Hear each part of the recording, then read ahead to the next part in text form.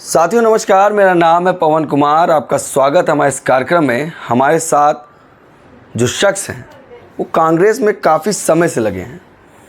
जिस समाज से वो बिलोंग करते हैं, तमाम किसानों के मुद्दों पे इन्होंने बात की अपने सोशल मीडिया प्लेटफॉर्म पर।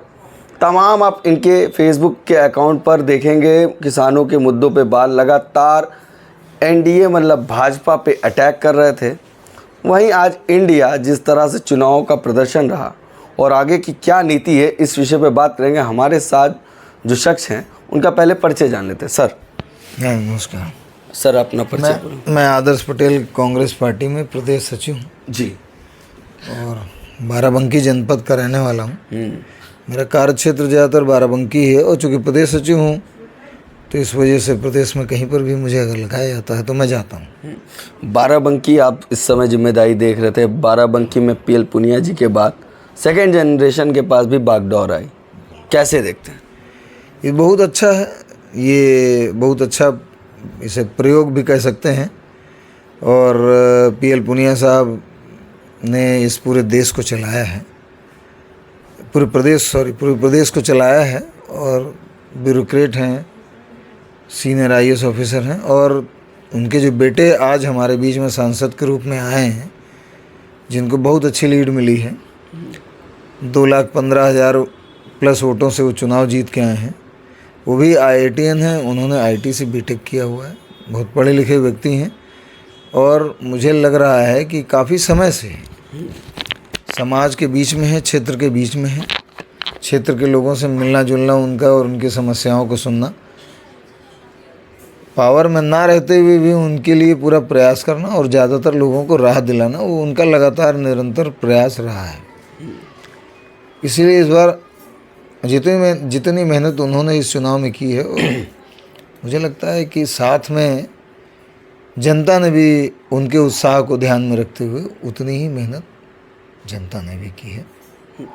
अच्छा, अब बात करते हैं, प्रदेश सचिव हैं तो प्रदेश की किस तरह से देख रहे हैं? प्रदेश में कांग्रेस के मुद्दों पे चुनाव जीत पाई, कांग्रेस के कौन सी बात लोगों को ज़्यादा अग्रसर की? क्योंकि आप किसानों के यूनियन में भी रहे हैं और आपका खुद का एक यूनियन है, उसके बारे में थोड़ा सा बताएंगे।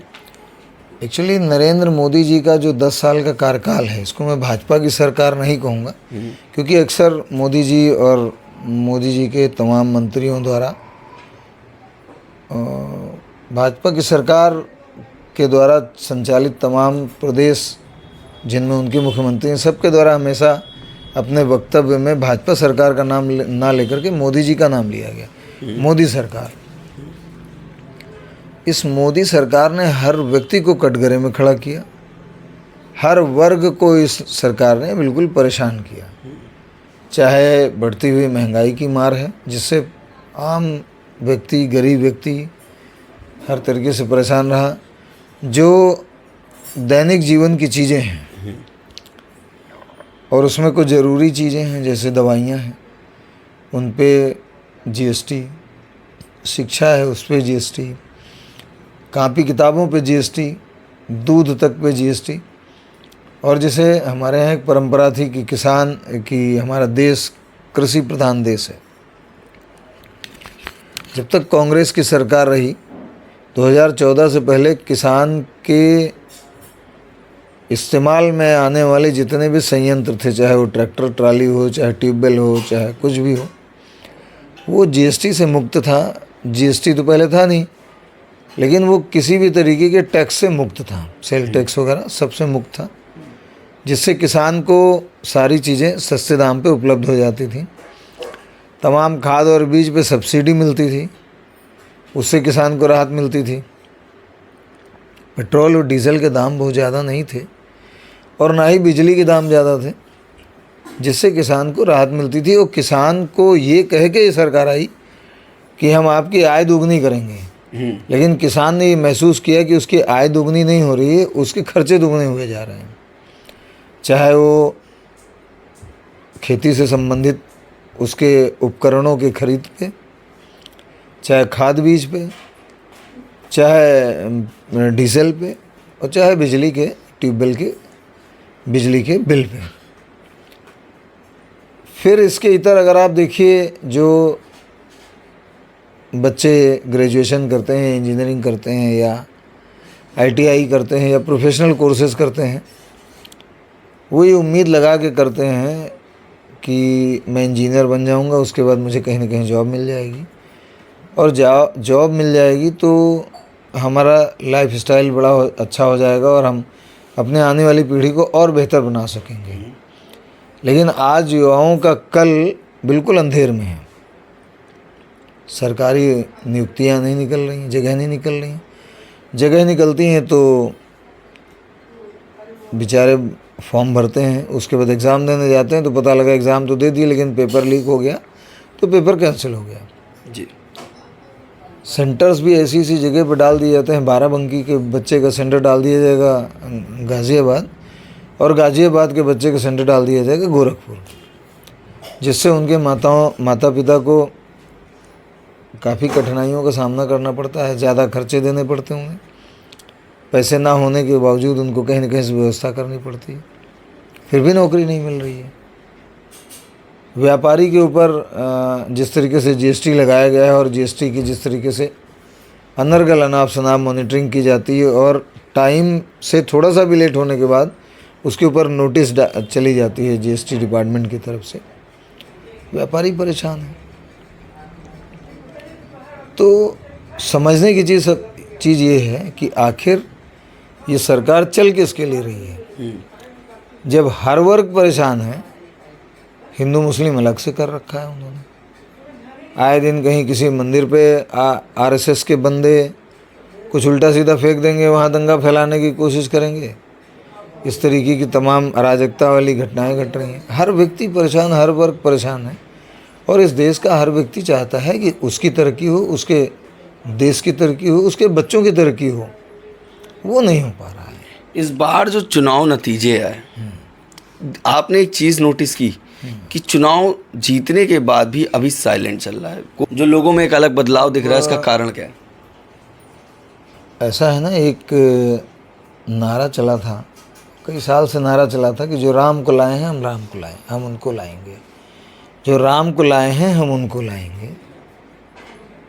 अब उनको ये लग रहा था कि हमने राम मंदिर के निर्माण और उसके बाद जो उसका इनॉग्रेशन का, अधूरे मंदिर के इनॉग्रेशन का जो महिमा मंडप किया है, और इस महिमा मंडप को हम बहुत अच्छे से वोट बैंक में तब्दील कर लेंगे और हम 400 पार हो जाएंगे। 400 पार हो जाएंगे तो हम संविधान बदल लेंगे। जब इनका दिमाग बिल्कुल ख़राब हो गया, ओवर कॉन्फिडेंस, दिमाग में ओवर कॉन्फिडेंस इसे नहीं कहूँगा, ओवर कॉन्फिडेंस अच्छे काम के लिए होता है, जैसे दिमाग ख़राब होना, तो इसको क्या कहेंगे? दिमाग ख़राब होना। दिमाग खराब। इनका दिमाग ख़राब हो गया। अब तो हिंदुस्तान में जिस सीट पे हम जिसको लड़ा देंगे वो जीत ही जाएगा। तो 400 पार का नारा हो गया। और जब ये उम्मीद इन लोगों को लगने लगी, मेंटल लेवल ख़राब होने की वजह से, कि हम तो 400 पार कर ले रहे हैं, और जब 400 पार कर लेंगे तो हम संविधान भी ख़त्म करेंगे और पिछड़ों का आरक्षण भी ख़त्म करेंगे।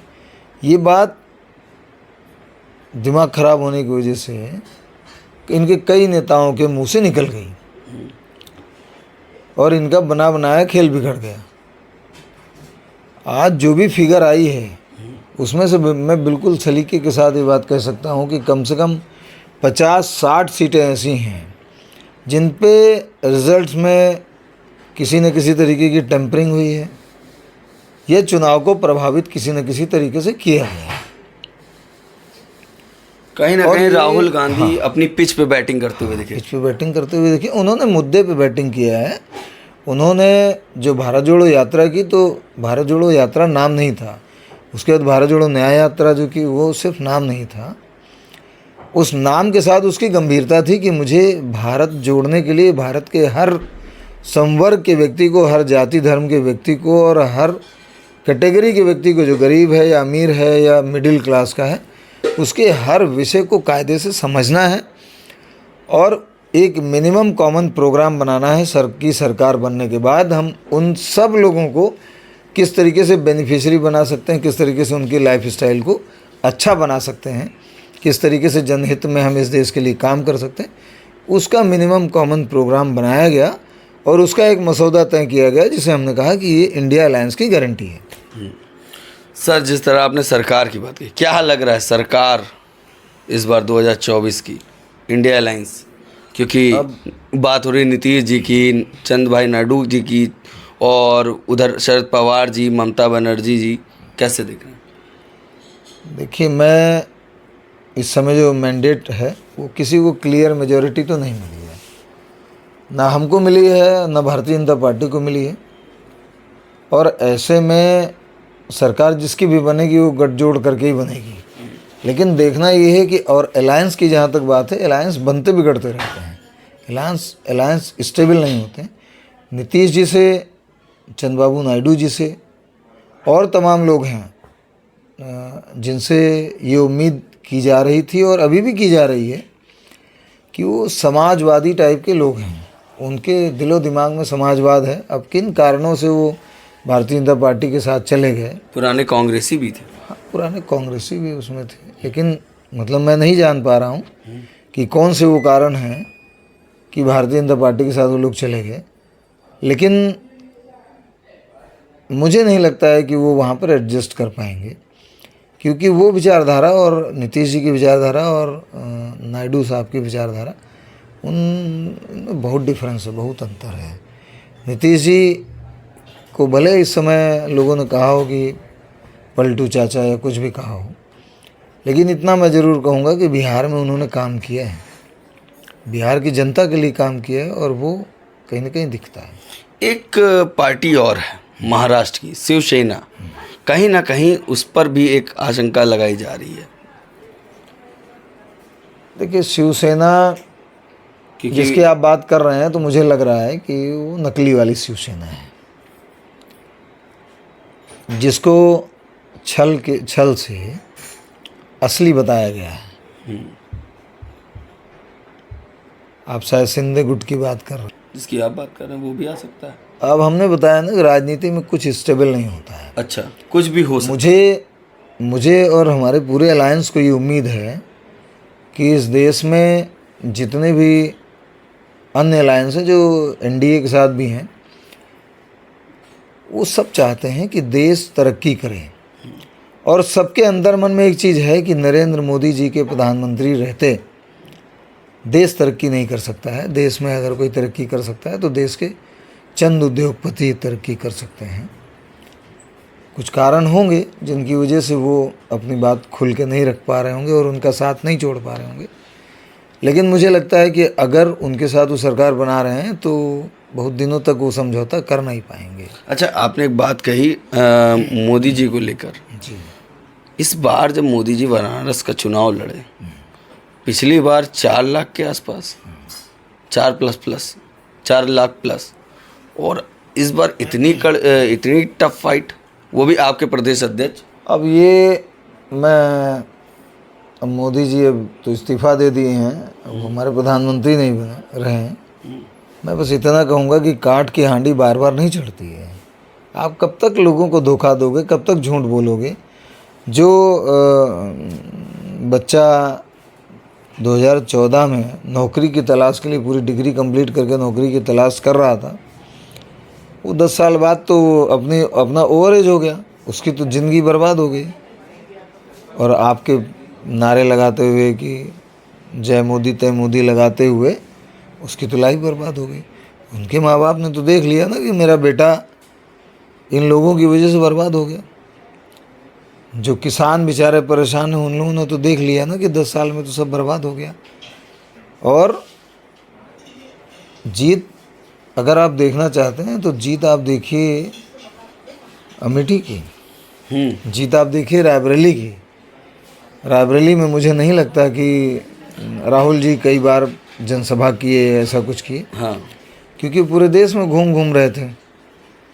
उन्होंने नामांकन किया, उसके बाद ज़्यादातर चुनाव या तो हमारे पूर्व मुख्यमंत्री छत्तीसगढ़ आदरणीय भूपेश बघेल जी की निगरानी में था, और या फिर हमारी जो नेता हैं वो आदरणीय प्रियंका जी के हाथ में था। उन्होंने ये स्टेटमेंट भी दिया कल के प्रेस कॉन्फ्रेंस में। बिल्कुल। तो जब दिल्ली में कर रहे थे इंडिया अलायंस की बैठक से पहले, तो उन्होंने भी कहा हमारी एक बहन उस साइड खड़ी, उसका भी बहुत बड़ा रोल। बिल्कुल बिल्कुल।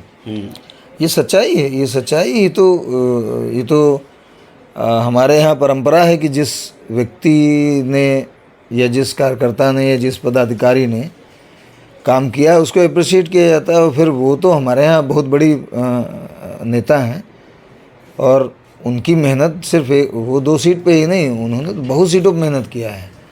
लेकिन मैं तो सिर्फ रायबरेली की बात कर रहा हूँ कि रायबरेली में राहुल जी का कंसंट्रेशन उतना नहीं था जी, जितना आदरणीय प्रियंका जी का था। और आदरणीय भूपेश बघेल जी तो वहाँ के प्रभारी बनाए गए थे।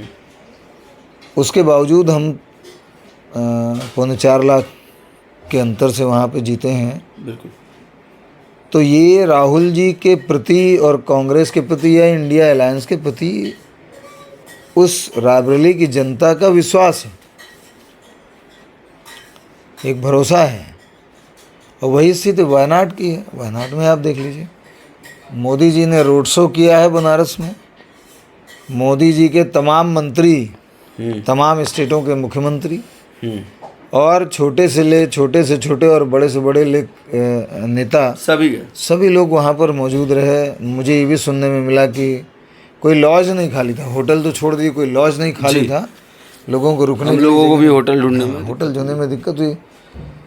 इतने सब प्रयासों के बावजूद माननीय मोदी जी की जो जीत है, उस जीत से काफ़ी ज़्यादा जीत तो हमारे यहाँ आदरणीय तनुज पुनिया जी जो सांसद बने बाराबंकी की, उनकी है। नया चेहरा, नया अनुभव, नया भरोसा। सर एक सवाल मैं और लूँगा। जिस तरह से आपने किसानों की बात की, पार्टी की बात की, कुर्मी समाज बताया जाता था लगातार भाजपा के साथ था, क्या अब वो कुर्मी समाज उनसे छूट चुका है? एक्चुअली इन लोगों का, भारतीय जनता पार्टी के लोगों का क्या काम है कि अगर आप इनसे बोलोगे कि हमें नौकरी चाहिए तो बोलेंगे देखो सूर्य देवता को देखो, आज लग रहा है बहुत नज़दीक आ गए हैं। तो ये भ्रम की स्थिति पैदा करते हैं, लोगों को मूर्ख बनाते हैं, लोगों के साथ जालसाजी करते हैं, लोगों को मुद्दे से भटकाते हैं और इधर उधर की बातें करते हैं। कभी भैंस की बात करेंगे, जब देखिए मेन पिच पे बात नहीं करते। मेन पिच पे नहीं। अभी तक क्या था, अभी तक जो बातें वो सब कर रहे थे वो बातें उतनी भ्रामक नहीं लग रही थी। लेकिन जब आज हमारे यशस्वी प्रधानमंत्री कहा जाए, या अब मैं उनको ज़्यादा महिमा मंडित नहीं करूँगा क्योंकि वो तो खुद को भगवान ही समझते हैं। जब उन्होंने लोगों से ये कहना शुरू किया कि कांग्रेस आएगी तो महिलाओं के मंगलसूत्र बिकवा देगी और मुसलमानों को दे देगी, जब उन्होंने कहा कांग्रेस आएगी तो भैंस, आपकी 2 भैंसें हैं तो एक भैंस कांग्रेस खोल ले जाएगी और मुसलमानों को दे देगी, और इस तरीके के एक नहीं अनेक स्टेटमेंट उन्होंने दे डाले। अनेक स्टेटमेंट उन्होंने दे डाले कि जब मेरी माता जी जब जीवित थी तो मुझे लगता था कि मेरी माता जी ने मुझे जन्म दिया है, लेकिन आज मुझे लगता है कि परमात्मा ने मुझे किसी विशेष कहीं ना कहीं गंगा मैया को बताते थे, मगर वहीं उसी मतलब लोकसभा सीट पर पानी आए दिन गंदा आता था। ये भी एक चर्चा था, मैंने जो देखा। अब ऐसा है ना, जब सिविल लाइन जो पड़ी हुई थी उसको बनवाया नहीं गया, कहीं रोक दिया गया। जब सरकारें जाएंगी तब इनके भ्रष्टाचार के पूरी फहरिस्त है, उसकी पोल खुलेगी, तब सब सामने आएगा कि इन्होंने कहाँ कहाँ क्या क्या किया है। इनको किसी से लगाव नहीं है। इन्होंने तो गाय को माता बताया, और हमारे हिंदू धर्म में गाय को माता माना ही गया है, उसकी लोग पूजा करते हैं। और उसके बाद जो गौकसी करने वाली तमाम जो फैक्ट्रियां हैं जो विदेश में गाय के मांस को एक्सपोर्ट करती हैं, उससे 50 करोड़ रुपए चंदा, 250 करोड़ रुपए चंदा आपने ले लिया। तो आपका कोई चरित्र ही नहीं है। आप भगवान के नाम पे वोट मांगते हैं, भगवान के नाम को इस्तेमाल करके आप एक तरीके से लोगों को गुमराह करने की कोशिश करते हैं। नहीं तो कोई बताए ना, मैं कह रहा हूँ नरेंद्र मोदी जी के सामने नरेंद्र मोदी जी की पार्टी का कोई भी व्यक्ति ये बता दे कि आधे अधूरे मंदिर की प्राण प्रतिष्ठा का क्या मतलब है। क्या वो राजनीतिक सोच को मद्देनज़र रखते हुए नहीं किया गया? तो ये सब तमाम चीज़ें हैं और जनता इनके इस धोखे को समझ गई। 2019 में पुलवामा हमला होता है और उसमें हमारे करीब 42 जवान शहीद हो जाते हैं। इनको ये पता लग जाता है कि हम 400 पार हो रहे हैं, लेकिन 5 साल के बाद भी इनको ये जानकारी नहीं हो पा रही कि 300 किलो RDX कहाँ से आया है। जनता जो झूठा राष्ट्रवाद इनका है, गांव में सामान्य आदमी से पहले बात कीजिए तो वो बोलता था कि हम तो भाई भाजपा के हैं, राष्ट्र प्रथम है। लेकिन उसे दिखा ना कि राष्ट्र प्रथम अगर है तो चीन ने जब ज़मीन कब्जा कर ली है तो आप उसको क्यों नहीं एक्सेप्ट करते हो, उसके खिलाफ एक्शन क्यों नहीं लेते हो। अगर राष्ट्र प्रथम है तो जो पुलवामा में अटैक हुआ उसकी आप जांच क्यों नहीं कराते हो। आप उसकी जांच ना करा करके आप उसको ठंडे बस्ते में डाल देते हो। आप बालाकोट में जब अटैक होता है तो आप जो है ISI एजेंसी जो वहाँ की पाकिस्तानी एजेंसी उसको जांच के लिए बुलाते हो। आप बगैर यहाँ के प्रोटोकॉल को फॉलो किए, बगैर यहाँ पर किसी को बताए हुए बिरयानी खाने आप पाकिस्तान चले जाते हो। उसके बाद आप पाकिस्तान बिरयानी खाने पाकिस्तान चले जाते हो बगैर किसी इन्फॉर्मेशन के। तो जनता तो ये सब समझ रही है। अब रिपोर्ट कार्ड मांग रही थी जनता की, जो आपने बात की, जो वादे किए वो काम नहीं हुए, उसका रिपोर्ट कार्ड नहीं दे पाए, तो उसका कारण था। तमाम विषयों पे बात हुई। मेन मुद्दा ये था कि सदन में कौन पक्ष बनेगा कौन विपक्ष बनेगा 2024 के चुनाव को। वहीं पर प्रदेश सचिव जी से बात हो रही थी, उन्होंने बताया कि कुछ भी हो सकता है। अब ये आने वाले वक्त पे पता चलेगा किसकी बनेगी सरकार। बाकी बनाए हमारे चैनल के साथ। धन्यवाद।